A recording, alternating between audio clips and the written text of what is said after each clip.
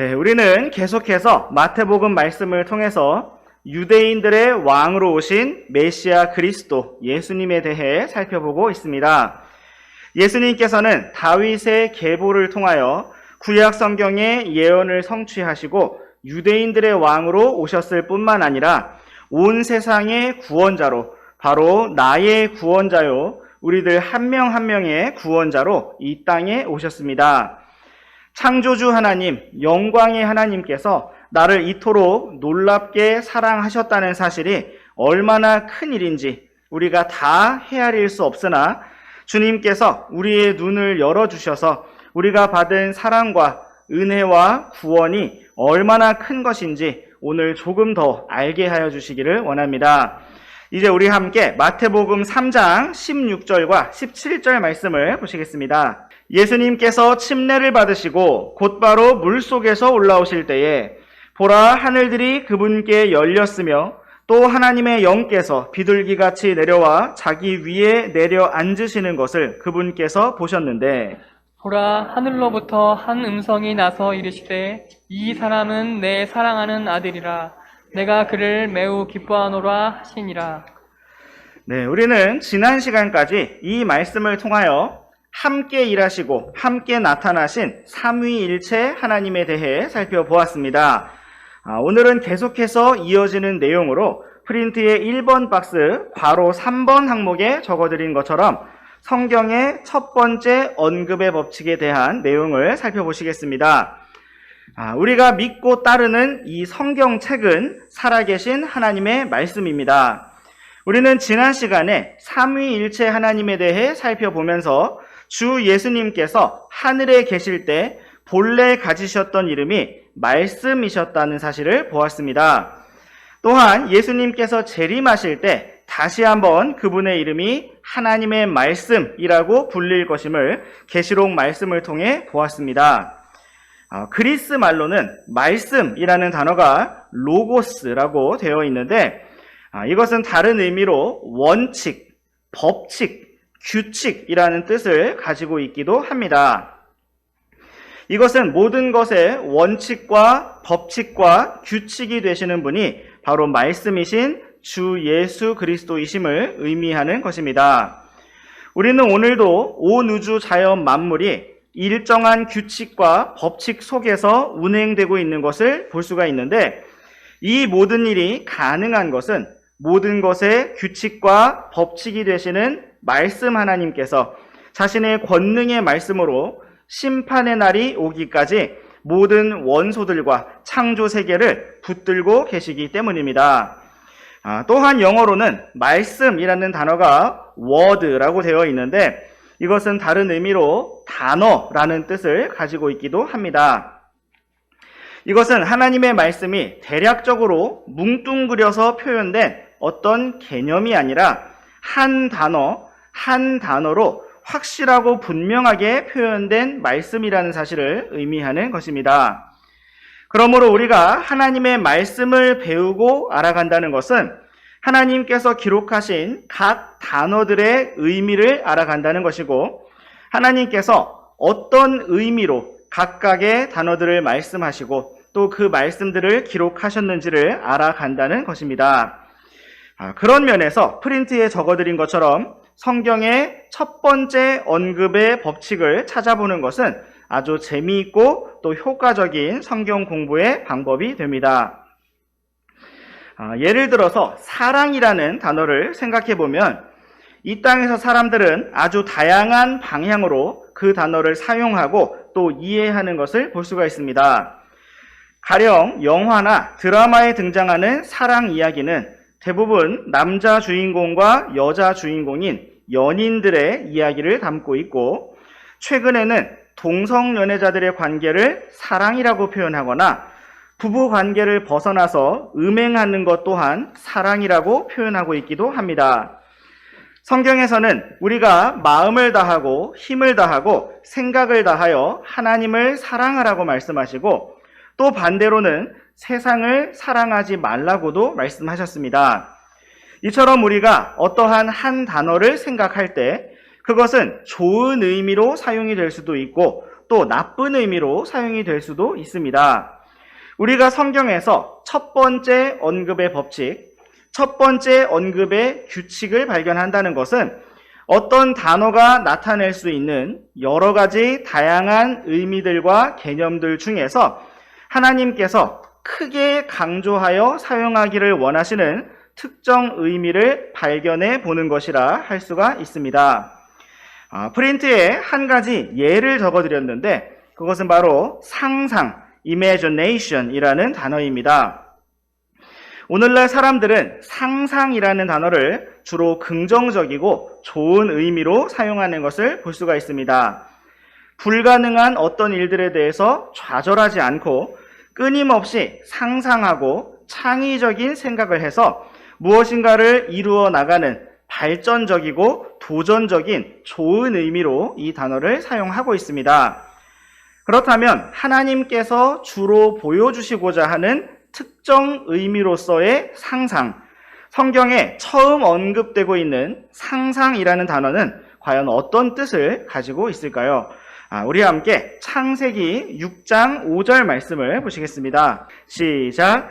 하나님께서 사람의 사악함이 땅에서 크고 그가 마음으로 생각하여 상상하는 모든 것이 계속 악할 뿐임을 보시고는. 네, 이 말씀에서 우리는 성경에서 처음으로 언급된 마음, 생각, 상상이라는 단어들을 볼 수가 있습니다. 마음이라는 단어의 경우 창세기 2장 16절에서 동산의 모든 나무에서 나는 것을 마음대로 먹어도 된다고 하신 말씀에서 한글로는 등장을 하고 있지만 영어 단어를 보면 창세기 2장에서는 freely라는 단어가 사용되어서 자유롭게, 값없이를 의미하고 있고 마음이라는 의미를 가진 heart라는 단어는 여기에서 처음 등장하고 있는 것이 맞습니다. 성경의 모든 말씀들이 다 중요하고 처음 언급된 모든 단어들을 다 주의 깊게 볼 필요가 있겠지만 우리는 특별히 여기에 언급된 사람의 마음과 사람의 생각과 사람의 상상에 대한 부분을 주의 깊게 볼 필요가 있습니다. 하나님께서는 사람이 마음으로 생각하여 상상하는 모든 것이 계속 악할 뿐임을 보셨다고 말씀하고 있고 성경은 처음 이 단어들을 언급할 때 이처럼 부정적인 의미로 사용하였습니다. 우리는 사람이 지혜롭게 되기 위해서 많이 생각하고 많이 상상해야 한다고 생각할 수가 있는데 재미있는 것은 성경에 처음 사용된 지혜 또 지식이라는 단어 또한 부정적으로 등장하였다는 사실입니다. 이브가 눈을 들어 선과 악을 알게 하는 지식의 나무를 보았을 때 그 나무가 사람을 지혜롭게 할 만큼 탐스러운 나무로 보였다고 하였습니다. 이처럼 성경은 사람의 마음, 상상, 생각, 사람의 지식과 지혜에 대해서 언급할 때 부정적인 의미로 그 단어들을 사용하고 있습니다. 또한 우리 함께 창세기 8장 말씀으로 가셔서 창세기 8장 21절 말씀도 보시겠습니다. 시작. 주께서 향기로운 냄새를 맡으시고 주께서 마음속으로 이르시되 내가 이후로는 사람으로 인해 땅을 다시 저주하지 아니하리니 이는 사람이 마음으로 상상하는 것이 어려서부터 악하기 때문이라. 내가 이후로는 전에 행한 것 같이 모든 생물을 다시 치지 아니하리니. 네, 여기에서도 우리는 마음이라는 단어와 상상이라는 단어가 등장하고 있는 것을 볼 수 있습니다. 하나님께서는 사람이 어릴 적에는 마음과 상상이 순수하다고 말씀하지 않으시고 사람이 마음으로 상상하는 것이 어려서부터 악하다고 말씀하고 있습니다. 오늘날 이 땅에 지혜로운 교육자들과 법 집행자들이 이 말씀을 믿고 받아들인다면 이 땅의 교육과 법 집행의 많은 부분에서 그 방향성이 완전히 달라지게 될 것입니다. 그러나 이 땅의 지혜로운 자들은 사탄의 지혜에 따라 인간의 지혜를 따라 인간은 본래 선하고 의롭다는 배경에 그 출발점을 두고 있기 때문에 많은 문제들을 해결할 수 없을 뿐만 아니라 더 악하고 혼란스러운 세상을 만들어가는 것을 볼 수가 있습니다. 이제 우리 함께 고린도 후서 말씀으로 가보시겠습니다. 고린도 후서 10장 5절 말씀을 우리 함께 읽어보시겠습니다. 시작. 우리는 상상하는 것들과 또 하나님을 아는 것을 대적하여 스스로를 높이는 모든 높은 것을 무너뜨리고 모든 생각을 사로잡아 그리스도께 순종하게 하며. 육신의 상상과 생각에 대한 하나님의 말씀은 첫 번째 언급 때뿐만 아니라 신약에서도 동일한 흐름으로 계속 이어지고 있는 것을 볼 수가 있습니다. 이 말씀뿐만 아니라 사실 우리는 성경 전체에 생각에 대한 말씀들이 가득한 것을 볼 수가 있습니다. 예수님께서는 우리가 마음을 다하고 생각을 다하여 하나님을 사랑해야 한다고 말씀하셨습니다. 잠언 말씀에서는 어리석은 생각은 죄요라고 말씀하고 있습니다. 로마서 말씀에서는 육신적인 생각이 하나님과 원수되는 것이라 하였습니다. 이사야서 말씀에서는 주께 생각을 고정시킨 자를 주께서 완전한 평강으로 지키실 것이라고 말씀하셨습니다. 또한 빌립보서 말씀에서는 예수님의 생각을 품으라고 말씀하시고 히브리서 말씀에서는 그리스도 예수님을 깊이 생각하라고 말씀하셨습니다. 지금 우리가 함께 읽은 고린도 후서 말씀에서도 우리가 상상하는 것들과 스스로를 높이는 모든 높은 생각들을 사로잡아 그리스도께 순종하게 해야 한다고 말씀하고 있습니다. 상상이라는 단어는 사전에서 찾아보면 현실에 있지 않은 것이나 일어나지 않은 일을 머릿속에 그려서 생각하는 것이라고 되어 있습니다. 성경은 첫 번째 언급에서부터 계속해서 이러한 상상에 대하여 부정적으로 말씀하고 있습니다. 물론 이것은 미래에 대하여 아무 계획도 하지 말라거나 어떠한 위험에 대해 전혀 준비하지 말라거나 아무 생각 없이 어리석게 살아야 한다는 뜻이 결코 아닙니다. 우리는 모든 것을 시험해보고 판단해보고 지혜롭게 생각하되 다만 현실에서 있지 않은 것을 머릿속에 그려서 만들어낸 상상에 근거해서 움직이지 말고 정확한 사실에 근거해서 움직여야 하며 하나님의 말씀, 진리의 말씀 위에 근거하고 있어야 합니다. 사람들은 과거의 어떤 일을 상상하면서 괴로워하거나 분노하거나 누군가를 계속 미워하기도 합니다. 또는 미래의 어떤 일들을 상상하면서 걱정하거나 염려하거나 두려워하기도 합니다. 과거에 대한 정확한 평가와 미래에 대한 지혜로운 계획은 반드시 있어야 하겠지만 우리는 올바른 생각과 헛된 상상의 경계를 명확히 구분하고 조심해야 할 필요가 있습니다. 우리는 사람들 사이에서 직장에서나 가정 안에서나 특별히 교회 안에서 많은 문제들이 생겨날 때 추측과 상상과 오해와 헛된 소문들로 인해서 생겨나는 것을 볼 수가 있습니다. 누가 나에게 왜 그런 표정을 지었을까?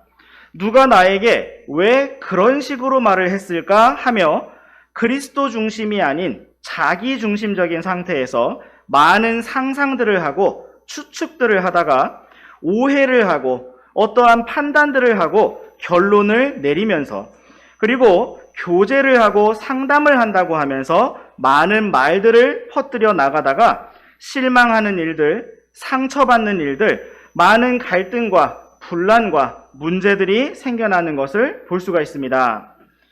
또 우리는 많은 상상과 생각들 속에서 사랑하는 사람들을 오해하고 실제로 발생하지 않은 일들로 슬퍼하며 괘씸해하고 또 어려워하는 모습들을 볼 수가 있습니다.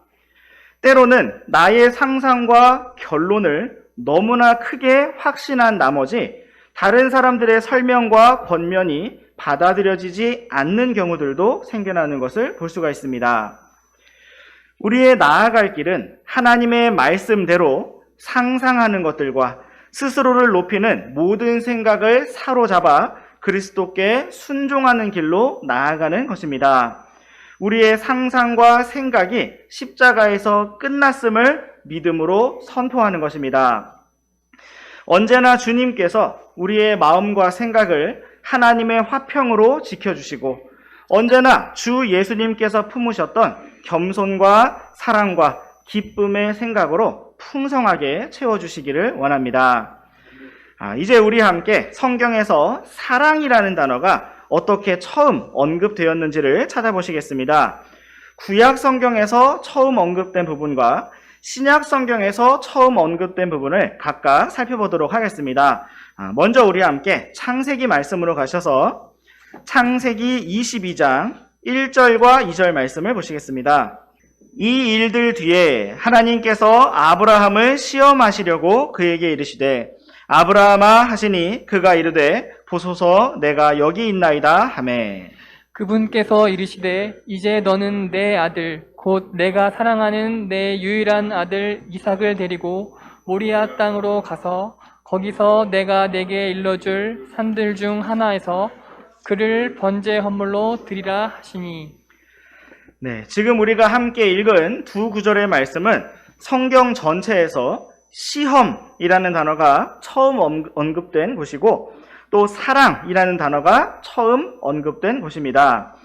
하나님께서는 아브라함의 믿음을 시험하시면서 그가 100세에 얻은 유일한 아들, 그가 사랑하는 아들을 하나님께 번제 헌물로 드리라고 말씀하셨습니다. 이후에 우리가 마태복음 4장으로 넘어가서 시험이라는 단어에 대해서 살펴볼 것이지만 하나님께서 이렇게 사람을 시험하시는 경우는 바로 그의 믿음과 순종을 공개적으로 입증하고 확실하게 나타내 보여주시기 위함입니다.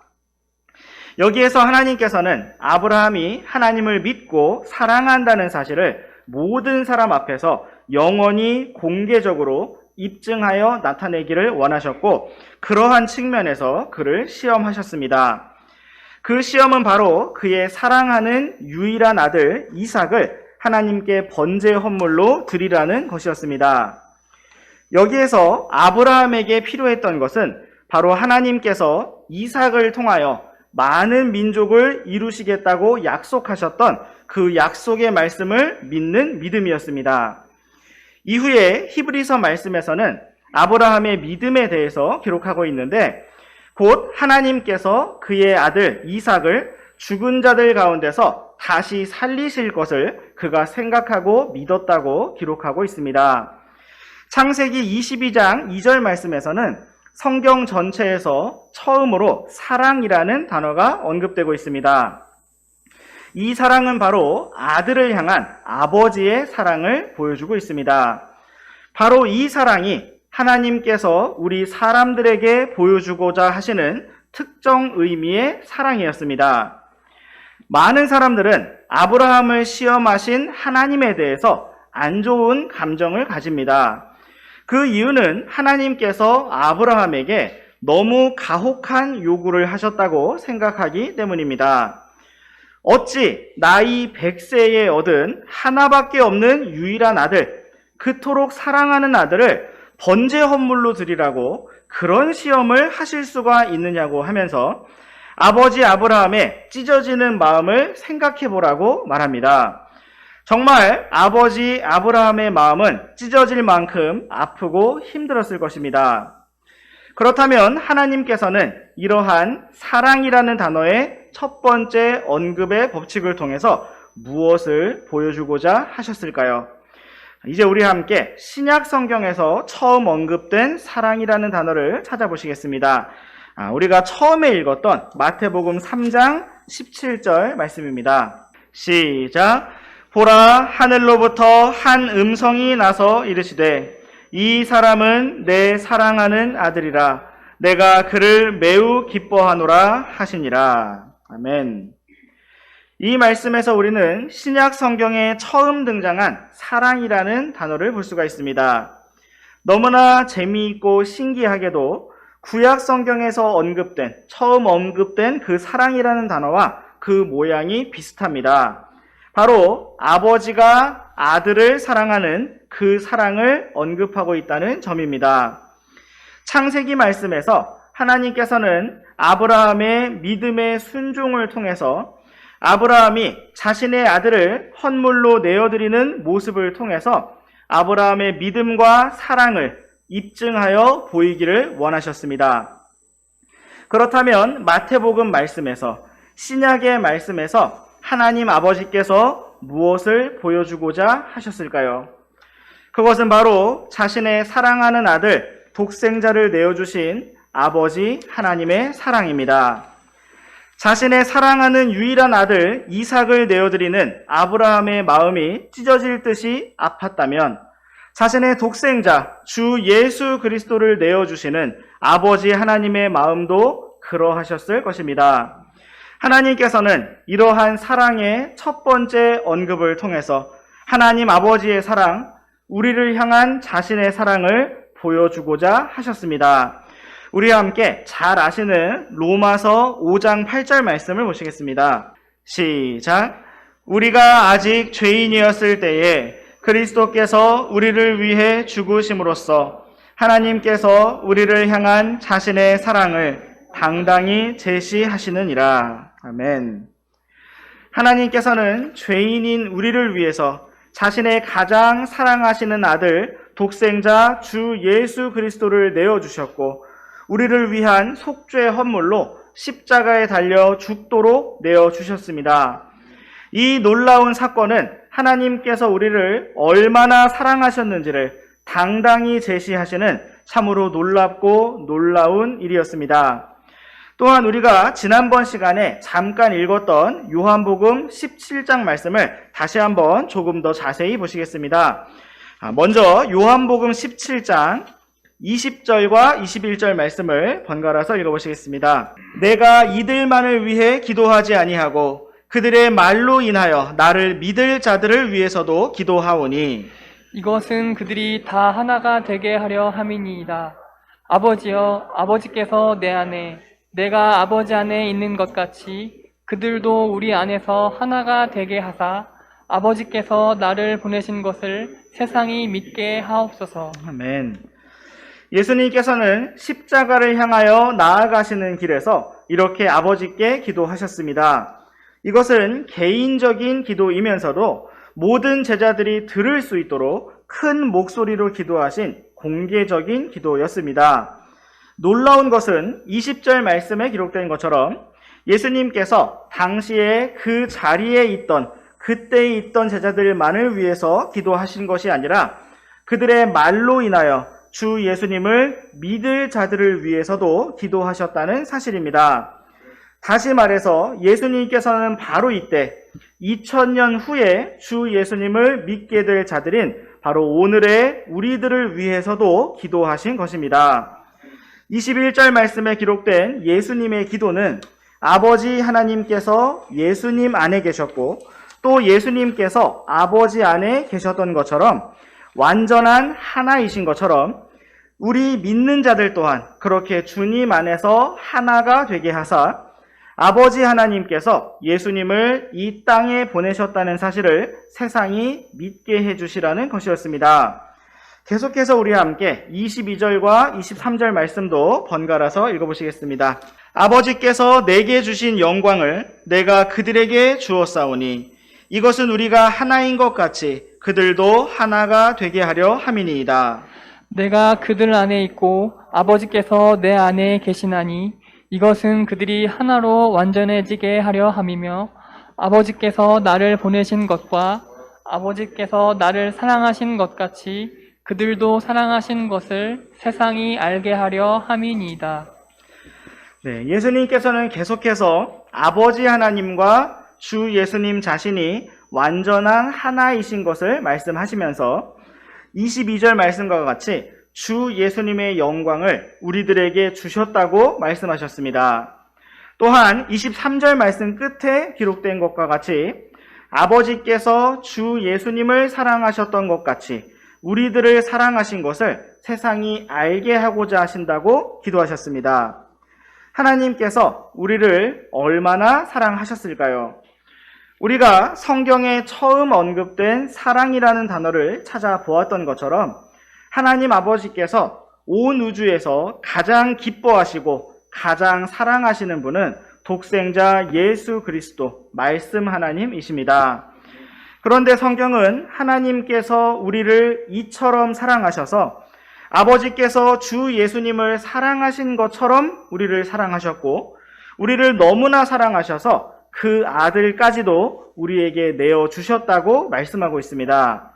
계속해서 우리와 함께 요한복음 17장 24절부터 26절까지 말씀 번갈아서 읽어보시겠습니다. 아버지여 원하건대 아버지께서 내게 주신 자들도 내가 있는 곳에 나와 함께 있게 하사 아버지께서 세상의 창건 이전에 나를 사랑하셨으므로 친히 내게 주신 나의 영광을 그들이 보게 하옵소서.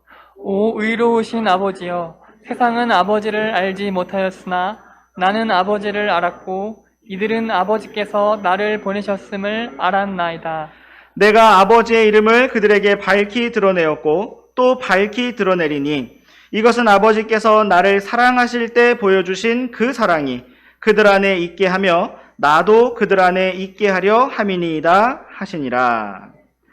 네, 하나님 아버지께서 세상의 창건 이전부터 창세 전부터 기뻐하시고 만족하시며 사랑하신 분은 바로 하나님의 아들 주 예수 그리스도이셨습니다. 그것은 삼위일체 하나님 안에서의 완전한 사랑이었고 완전한 하나됨이었습니다. 참으로 놀라운 것은 하나님 아버지께서 바로 그러한 똑같은 사랑으로 우리를 사랑하셔서 독생자 예수님을 우리 대신 십자가에 죽게 하셨고 말씀 하나님께서 바로 그러한 사랑으로 우리를 사랑하셔서 기꺼이 자신의 생명을 내어주셨으며 성령 하나님께서 바로 그러한 사랑으로 우리를 사랑하셔서 오늘 우리 안에 살아계시다는 사실입니다. 26절 말씀에서 주 예수님께서는 아버지께서 예수님을 사랑하셨던 바로 그 하나님의 사랑이 우리 성도들 안에도 있게 해주시라고 기도하셨습니다. 참으로 이 말씀과 같이 우리가 받은 하나님의 사랑, 자신의 아들을 십자가에 내주시기까지 우리를 사랑하셨던 그 하나님의 사랑이 얼마나 크고 깊고 놀라운 것인지 우리가 더 알게 되기를 원합니다. 이제 오늘의 마지막 말씀으로 요한 1서 3장 1절 말씀을 보시겠습니다. 시작. 보라, 아버지께서 어떠한 사랑을 우리에게 베푸사 우리가 하나님의 아들들이라 불리게 하셨는가. 그러므로 세상이 우리를 알지 못함은 세상이 그분을 알지 못하였기 때문이라. 아멘. 성경은 하나님께서 우리를 아들 삼으신 그 사랑이 어떠한 사랑을 베푸신 것인가 하고 질문하고 있습니다. 하나님 아버지께서 세상의 창건 이전부터 사랑하신 분이 자신의 아들, 말씀 하나님, 주 예수 그리스도이셨는데 그러한 아버지께서 우리들 또한 아들들이라 불리게 하셨다면 그것이 어떠한 사랑인가를 묻고 있는 것입니다. 참으로 우리가 말씀 안에서 하나님을 알아감을 통해서 또 날마다 삶 속에서 주님을 경험함을 통해서 우리가 얼마나 큰 사랑을 받았고 또 매 순간 누리고 있는지를 조금씩 더 알게 되기를 원합니다.